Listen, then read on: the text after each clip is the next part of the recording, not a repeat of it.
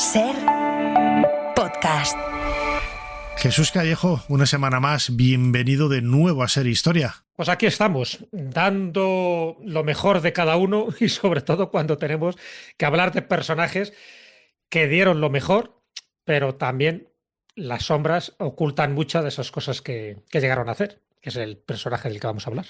Pues sí, vamos a hablar de Cristóbal Colón, del descubridor de América. Claro, esa etiqueta, pues ya sabemos que América estaba ahí y ya se había descubierto antes y tal, pero bueno, hay que poner una etiqueta, ¿no?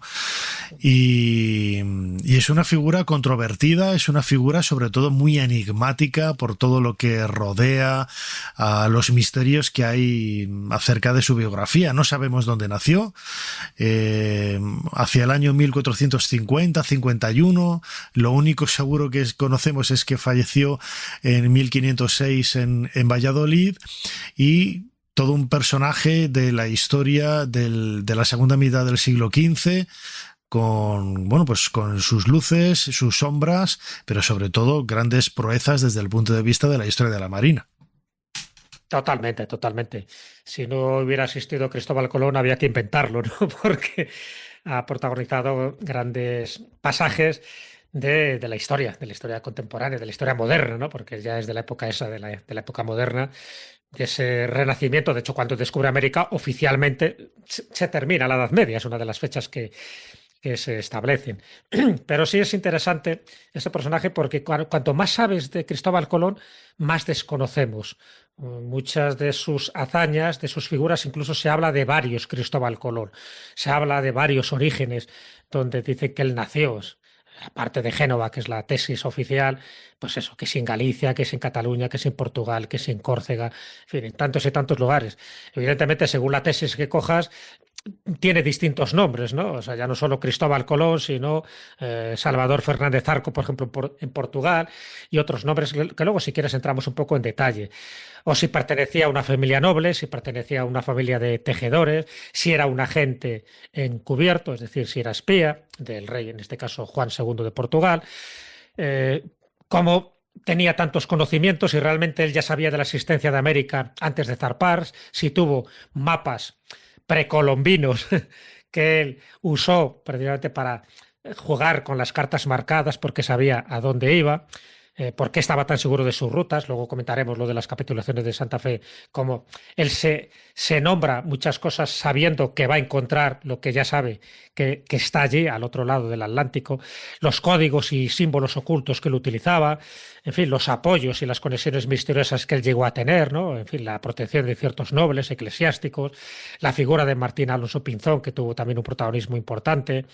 En fin, la muerte, sus incógnitas, los restos, dónde están, si realmente están todos en Sevilla o están también en la República Dominicana. En fin, y esto es un pequeño resumen de todo el mare magnum de incógnitas que conocemos de su biografía oficial. Ya no te digo si nos centramos en otras biografías más heterodoxas o más paralelas.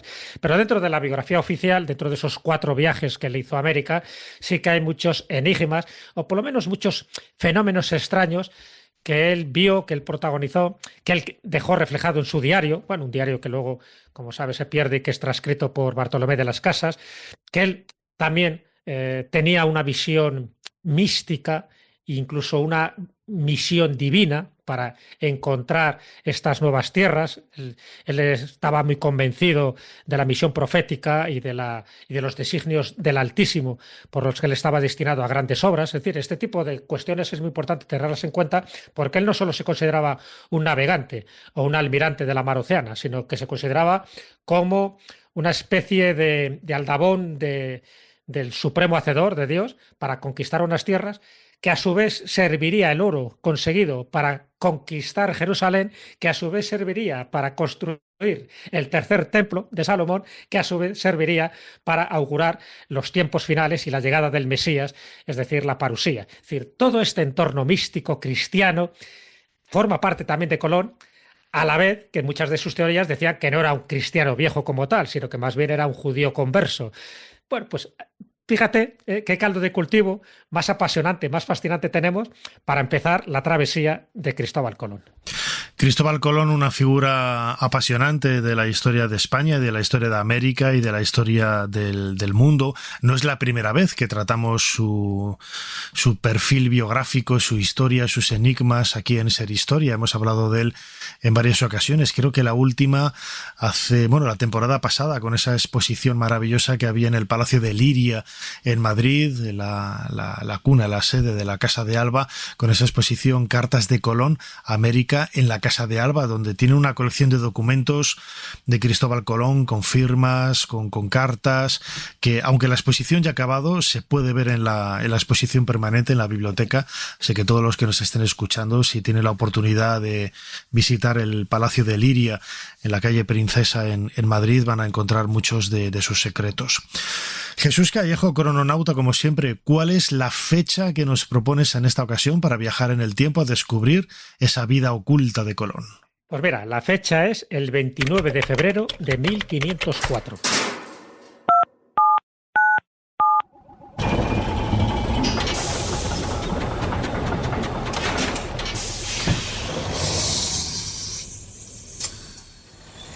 Adelante, pasen. Jesús Callejo les está esperando junto al cronovisor.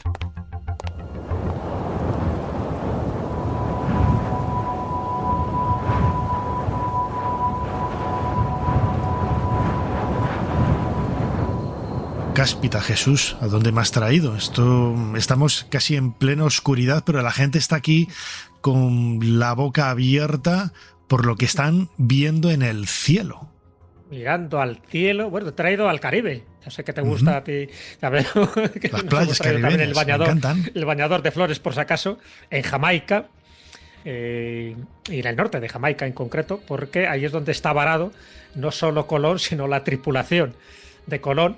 Estamos hablando del cuarto viaje, ¿vale? El cuarto viaje empezó en mayo de 1502, pero fíjate que ahora estamos en febrero de 1504. ¿Por qué estamos en este momento?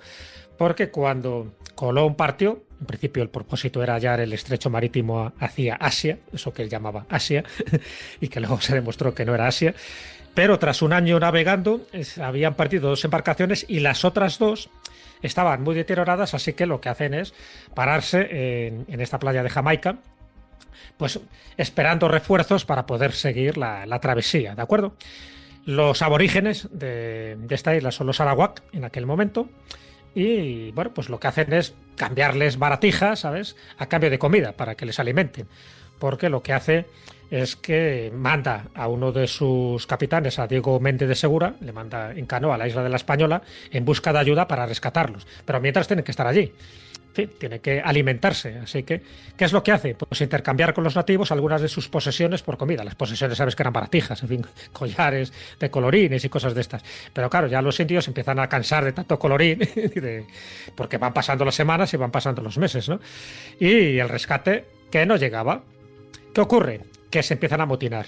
Que Colón y sus hombres dicen, uy, esto pinta mal. Y a lo mejor aquí acabamos a la parrilla, pero los que se alimentan son ellos. Y aquí viene ese tipo de estrategia, ese comodín, ese conejo que saca de la chistera, porque él llevaba unos almanaques astronómicos de regiomontano. Y en estos almanaques aparece un calendario de fenómenos astronómicos, entre ellos los eclipses de sol y los eclipses de luna, ¿de acuerdo? Bueno, pues justo él sabe que este día, y en concreto esta noche del 29 de febrero de 1504, va a ocurrir un eclipse de luna. ¿Vale? El eclipse de luna, un poco para recordar, ¿no? Ya sabéis que es cuando la Tierra se sitúa entre el Sol y la Luna y proyecta sus sombras sobre nuestro satélite, y además una sombra de color rojizo, que esto llama mucho la atención si no conoces este fenómeno astronómico. Pero Colón sí lo sabía, lo que no lo sabían eran los indígenas. Bueno, pues aquí viene lo interesante. Como se están poniendo gallitos los indígenas y están amenazando con atacarles y con amotinarse, Colón les reúne a todos los caciques y les dice: a ver, si no nos dais comida, yo voy a hablar con vuestro Dios, ¿sabes?, y voy a hacer que la luna, esa que estáis viendo ahí arriba, esta noche se oculte, se llene de sangre, y así va a permanecer hasta que nos hagáis caso y nos deis alimento hasta que llegue el rescate. Bueno, los caciques se quedan un poco moscas y dicen, bueno, vamos a comprobarlo, a ver si es verdad. Y efectivamente estamos llegando en el momento en que ha oscurecido y en el momento en el que se está produciendo el eclipse de luna.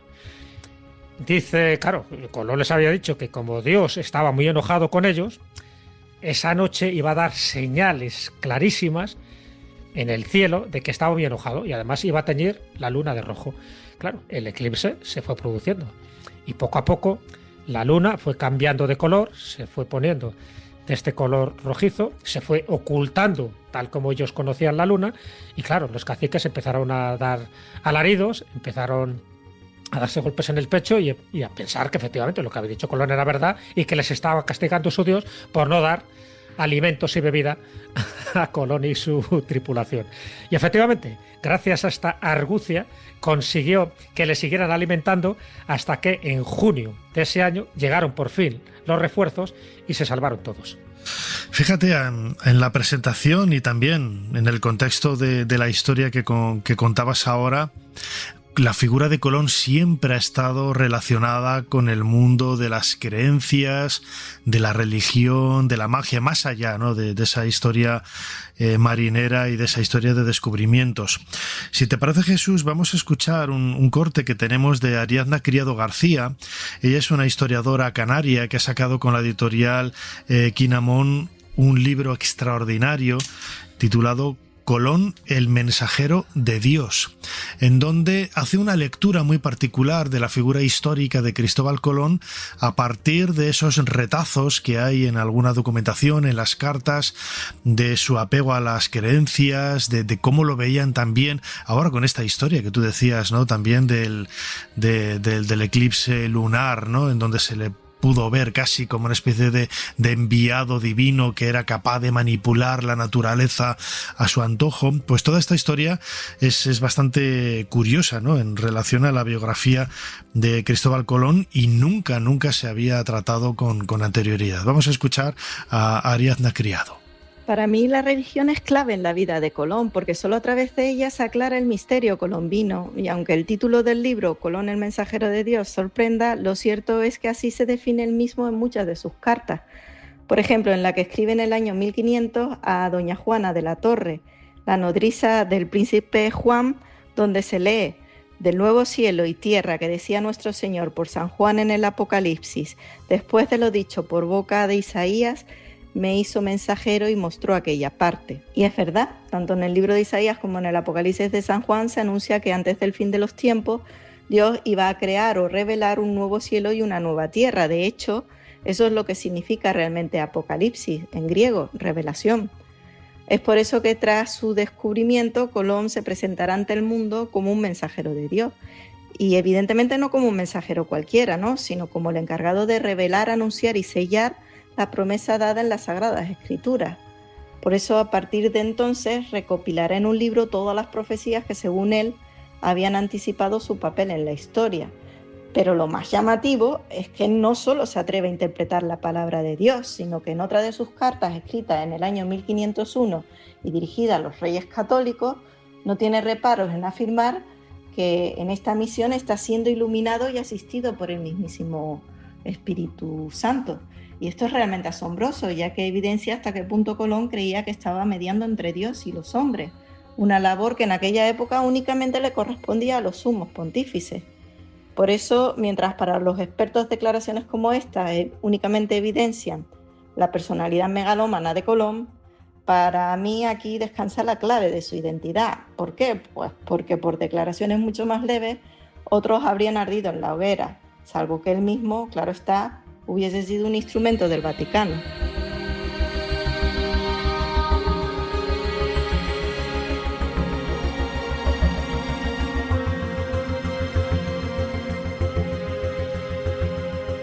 Jesús, en el siglo, en la Edad Media y en la Edad Moderna, la religión, en este caso el cristianismo, en Occidente, en Europa, en el viejo continente, siempre ha tenido mucha presencia y también ha sido motivo desde el punto de vista mágico y al mismo tiempo de las creencias religioso, pues para colocar grandes pilares, ¿no?, en las biografías de muchas personas, y de Cristóbal Colón quizás nunca se había hablado con detenimiento de todo ello, ¿no? Colón tiene un ramalazo místico muy considerable. De hecho, hay gente que desconoce que él escribe un libro que se llama El libro de las profecías.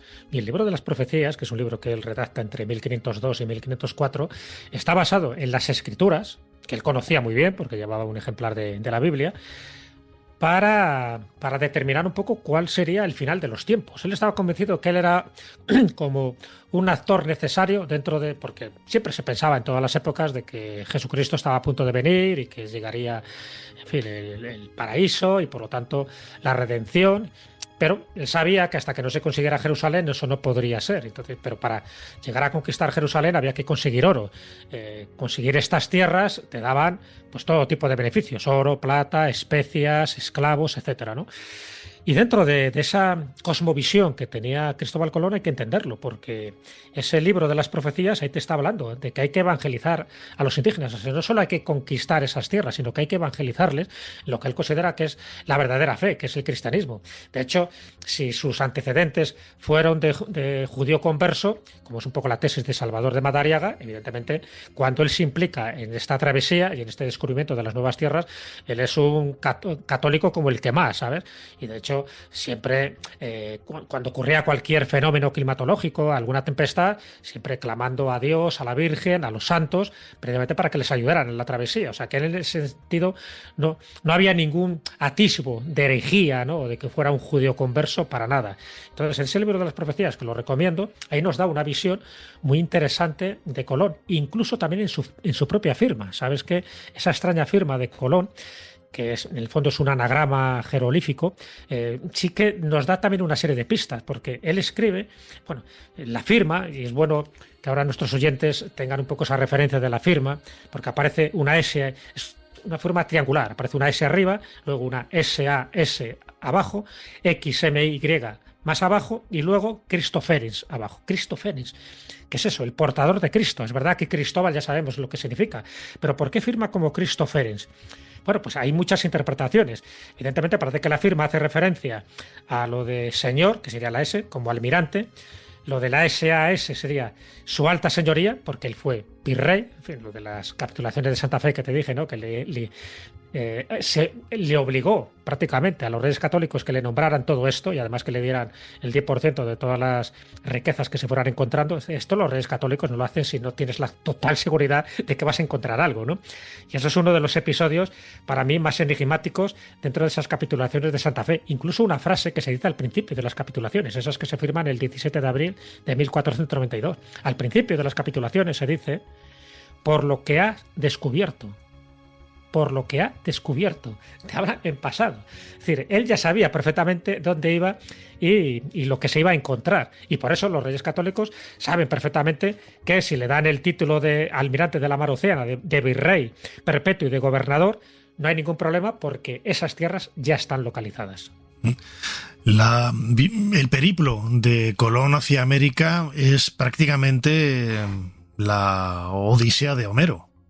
Cambiamos a Colón por Odiseo, por quien sería Ulises en la Ilíada, y nos damos cuenta de ese elemento mágico que rodea muchos de los capítulos de ese periplo, ¿no? Donde ve extrañas luces, donde ve sirenas, es decir, es cómo te vas adentrando en un mundo absolutamente distinto a lo que tú conocías en el viejo continente, en Europa, y no sabes cómo explicarlo, no sabes cómo entenderlo, ¿no? Si es que si empezamos a mirar sus diarios de a bordo, pero los 4 viajes, es que nos encontramos con muchísimos elementos, algunos explicables a día de hoy y otros inexplicables, y que bueno, forma parte de esa fenomenología extraña, pues que vamos a suponer, pues eso, que él viera luces que no podían ser explicadas. Ojo, distintos de los fuegos de San Telmo, porque él también los tuvo, En varios viajes, los fuegos de San Telmo sí que los vio, pero bueno, los fuegos de San Telmo se sabe perfectamente, hay una explicación, ¿no? Que son fenómenos eléctricos atmosféricos, descargas de plasma que se colocan en los mástiles de los barcos. Y él sí los vio y vio estas luces que ardían, que eran luces azules y verdosas, pero lo consideraban como un buen augurio, porque se asociaban a San Telmo. San Telmo, hay mucha gente que lo desconoce, pero San Telmo es un santo español, es un santo de Fromista, de Palencia, Pedro González Telmo, o sea que no es un santo foráneo por ahí para nada. Pero todas esas luces, esos fuegos de San Telmo, que causaban asombro, ¿no?, a muchos marineros, sí que luego se sabe y tienen una explicación lógica, porque siempre venían con tormentas eléctricas. Pero es que él habla de otro tipo de luces, de extrañas luces luminarias que él vio en sus travesías y que no es muy fácil de explicar. Y te cuento dos detalles. Una fue el 15 de septiembre de 1492, en ese primer viaje, ¿no? Bueno, pues en el diario de Colón, ya digo, con la copia que hizo Bartolomé de las Casas, él describe, y te lo leo textualmente: navegó aquel día con su noche 27 leguas, su camino al oeste y algunas más. Y en esa noche, al principio, vieron caer del cielo un maravilloso ramo de fuego en el mar, lejos de ellos unas 4 o 5 leguas. Ramo de fuego.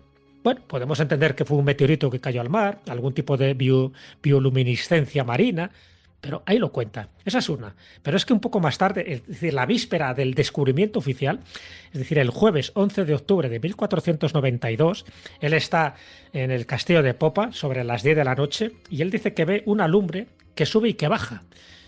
Y claro, él no sabe si hay tierra por allí, es de noche y todavía no sabe lo que les queda para llegar a Guanahani, que es la primera isla que ellos conocen y donde desembarcan, y que además la llaman San Salvador. Bueno, pues esa luz, esa luminaria que él ve, dice que sube y que baja, que se alzaba, y que no les pareció que hubiera tierra cerca, porque claro, dice, pues seguro que hay tierra cerca, ahí no, nadie ve nada. Pero 4 horas después, es cuando Juan Rodríguez Bermejo, el que denominamos Rodrigo de Triana, en la Pinta, es cuando, y en lo alto de la Cofa, él estaba ahí, claro, le tocó la guardia esa noche, es cuando sí que ve fuegos, pero ya como en la tierra, ya ve que hay una isla, que hay un territorio ya más sólido. Bueno, pues sabes que había una renta de 10.000 maravedíes anuales para aquel que fuera el primero que avistara tierra. Bueno, pues Colón dijo que Rodrigo de Triana que el que la había visto era él 4 horas antes. Cuando 4 horas antes esas luces no las identificó con la tierra. Pero luego sí, dijo, sí, seguro que eran unos candiles de los nativos que estaban haciendo fuego o algunas hogueras.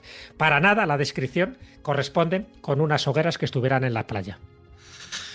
El periplo de Cristóbal Colón para América, ese viaje azaroso a través de la mar Océana, ¿no?, como se describía entonces, bueno, nos ha inspirado para realizar esta nueva dramatización que hemos incorporado esta temporada aquí en Serie Historia. Solemos hacer una al mes para ilustrar un poco el contexto histórico, los personajes que participan en los cronovisores. Si te parece, vamos a escucharla, Jesús, y luego retomamos la conversación a la vuelta.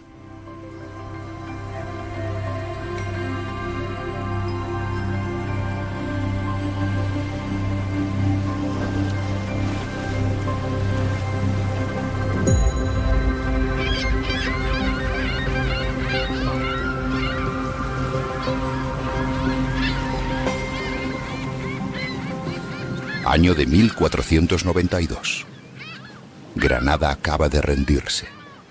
En Santa Fe, en la Vega Granadina, los reyes católicos reciben a un navegante de origen misterioso con una idea audaz: llegar a las Indias navegando hacia el poniente.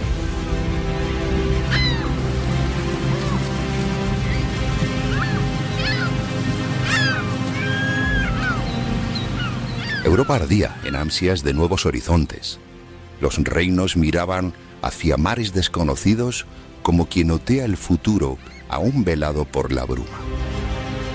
Portugal había extendido sus velas por la ruta africana, paso a paso, bordeando costas sin fin.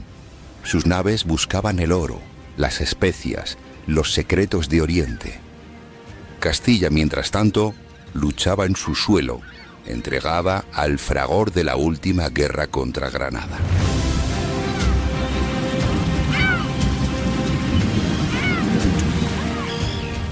Pero el hambre de descubrimientos no cesaba. Latía en cada puerto, en cada astillero. Se estaba disputando el mapa del mundo como un tablero en blanco, donde cada nuevo trazo podía decidir imperios.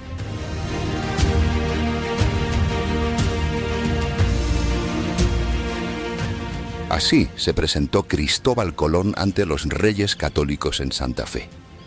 No era la primera vez que se entrevistaba con ellos, pero tenían nuevos argumentos para convencerlos en una aventura que muchos tildaban de loca.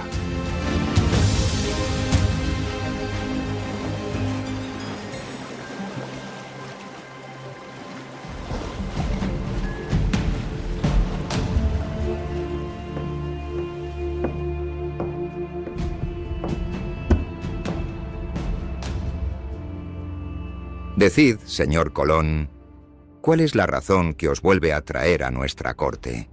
Vengo, Altezas, a ofreceros un camino más corto a las riquezas de Asia. No por África, que ya es de Portugal, sino navegando al occidente, por mares aún no hollados. Ya nos habéis hablado antes de esa ruta. ¿Cómo nos aseguráis que no es un desvarío? Por mis cálculos, la tierra es menor de lo que se cree. Con naves bien pertrechadas, en pocas semanas alcanzaremos Zipango y Catay. Si os place, ofrezco a Castilla un nuevo imperio. Y si erráis, arruinaréis hombres y hacienda. No pida mucho. Dadme 3 naves y vuestra bandera. A cambio, si alcanzo nuevas tierras, servidme como almirante y gobernador de ellas. Señor Colón, vuestra empresa es arriesgada, pero Castilla ya no teme desafíos. Yo, Isabel, acepto vuestro proyecto. Partid bajo nuestro amparo. Gracias, majestades. Juro llevar vuestro estandarte más allá de la mar océana.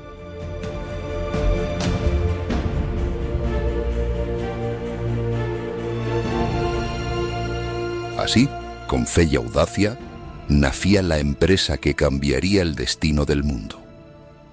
Y lo hacía de la mano de un extranjero de acento áspero y mirada encendida, Cristóbal Colón.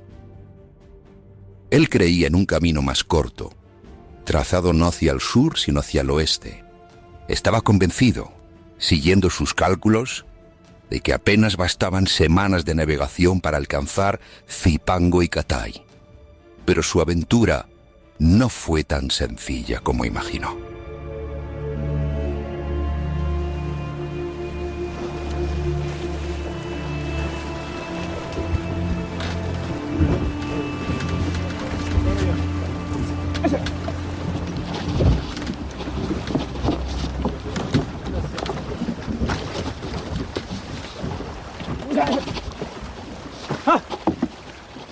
Han pasado ya muchas jornadas desde que partimos de Palos, y aún no se muestra señal alguna de tierra.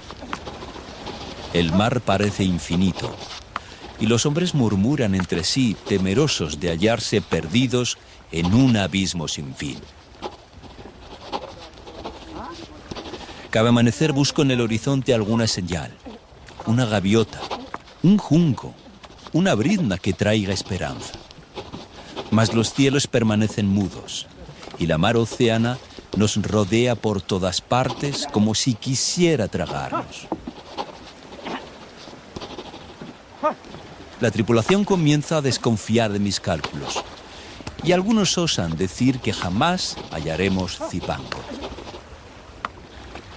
Esta empresa fue puesta en mis manos por merced de sus altezas, y no puedo tornarme atrás.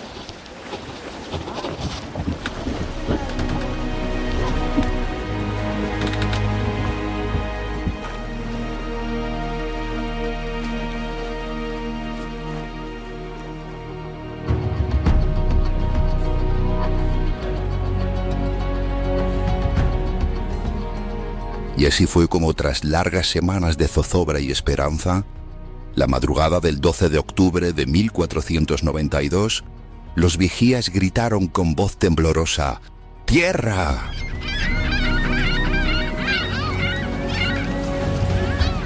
Ante sus ojos se alzaba un nuevo mundo, desconocido en los mapas de Europa, pero real bajo sus pies cansados. Cuando Colón regresó a Castilla, meses después, las gentes de Palos acudieron al puerto para verle arribar. La noticia corría de villa en villa. Aquel misterioso navegante extranjero, aliado de Castilla, había cumplido su promesa.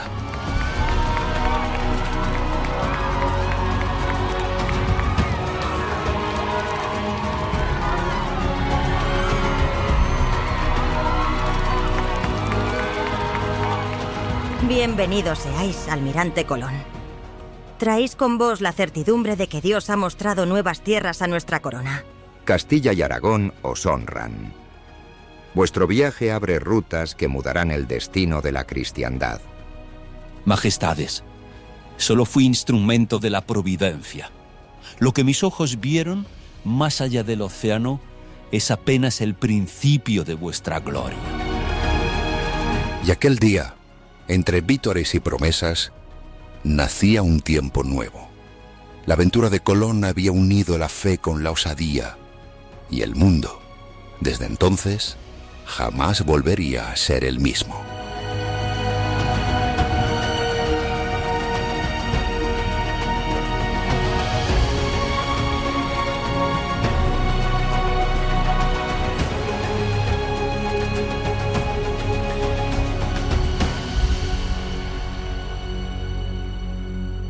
Jesús Callejo, en esta dramatización, bueno, se recogía uno de esos momentos históricos claves que permitió también la puesta en marcha del proyecto, y era que, bueno, que Granada ya había sido vencida, había acabado más o menos la guerra, no había problemas en el horizonte, y es lo que propició que la corona castellana pudiera ayudar a Colón en un periplo que, como aparece en esas capitulaciones de Santa Fe, ya se da por entendido, ¿no?, que Cristóbal Colón había descubierto algo, ¿no? Es uno de esos grandes enigmas que hay alrededor de la figura de Colón. Pero ya para ir acabando, que tenemos apenas 2-3 minutos, el propio origen de este almirante de la mar Océana sigue siendo todavía hoy quizás la gran pregunta, aún sin una respuesta. Oh, totalmente, eso nos daría para otro cronovisor, ¿no? En fin, está la teoría genovesa, que es la oficial, ¿no? Hijo de un tejedor llamado Domenico Colombo, y a partir de ahí, pues todas las fechas cuadrarían en función de esta biografía oficial, ¿no? Pero luego ya sabes que hay otras biografías mucho más curiosas y que, si son verdad, desde luego nos dan una visión extraordinaria. Siguiendo con la teoría de Génova, no solo sería hijo de este personaje, sino que hay una variante diciendo que fue hijo bastardo ni más ni menos que de Inocencio VIII. Y esta es una teoría de Ruggiero Marino. ¿Por qué dice que fue hijo bastardo de este papa? Ya sabes que los papas tenían ahí hijos a diestro y siniestro. Sí. Porque en la Basílica de San Pedro, donde está la tumba, hay una inscripción en latín de este papa. Este papa muere una semana antes de que zarpen los barcos, ¿no?, desde Palos de la Frontera. Bueno, pues esta inscripción en latín dice: suya es la gloria del descubrimiento del nuevo mundo. ¿Cómo puede ser que suya es la gloria del descubrimiento si no se había ni siquiera embarcado? Bueno, pues dice que eso, que efectivamente, si era hijo de Inocencio VIII, le dio información privilegiada para saber a dónde iba, y por lo tanto, una vez más, iba con esas cartas un poco ya casi de trilero, ¿no? Hizo todo un paripé para decir: no, es que voy a Asia por el otro lado y tal. No, él iba a un continente distinto. Pero bueno, aparte de esto, que ya te digo que sería para desglosar, hay una teoría catalana, teoría gallega, teoría mallorquina, que le haría hijo ni más ni menos que del príncipe de Viana, al que le dedicamos, por cierto, un cronovisor hace tiempo. La teoría portuguesa, y dentro de la teoría portuguesa, el último grito, por decirlo así, la última variante que yo conozco es un libro de Manuel Rosa, un doctor de historia insular y atlántica, un doctor portugués, que él habla de que fue hijo ilegítimo del rey Ladislao III de Polonia, que nació en la isla de Madeira y que al final se puso el nombre de Segismundo Enríquez, precisamente era un príncipe portugués, para hacer todo tipo de tropelías y de espionaje a cargo de Juan II, ¿no? El rey de Portugal.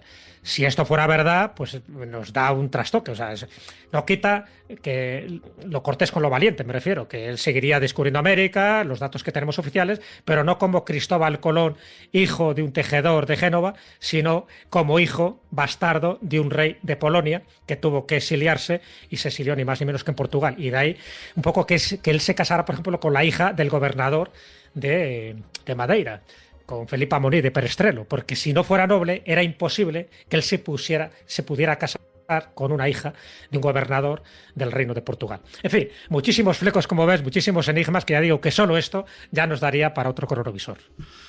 La figura de Cristóbal Colón es hablar de la figura de Cristóbal Colón es hablar de uno de los grandes enigmas históricos en los últimos 500 años y que todavía sigue coleando. Hemos celebrado ya hace más de 30 el 5º centenario, que aquí en España fue toda una revolución por lo que significaba, las Olimpiadas también, todo. Y seguimos casi mareando la perdiz, como si no se hubiera avanzado prácticamente nada en las últimas décadas, en los últimos siglos, lo que lo convierte, como digo, en una figura fascinante, y por eso lo hemos traído una vez más a este cronovisor de Jesús Callejo. Jesús, como siempre, muchísimas gracias una vez más por habernos ayudado a hacer un poquito más de historia. Un placer, como siempre, y por lo menos nos queda el consuelo que en España, en la Catedral de Sevilla, al menos tenemos 200 gramos de sus huesos, y eso totalmente confirmado. Bueno, tenemos que buscarlo por León, que seguro que hay una teoría leonesa. Algo dejaría por ahí. Dicho queda. Para no perderte ningún episodio, síguenos en la aplicación o la web de la SER, Podium Podcast o tu plataforma de audio favorita.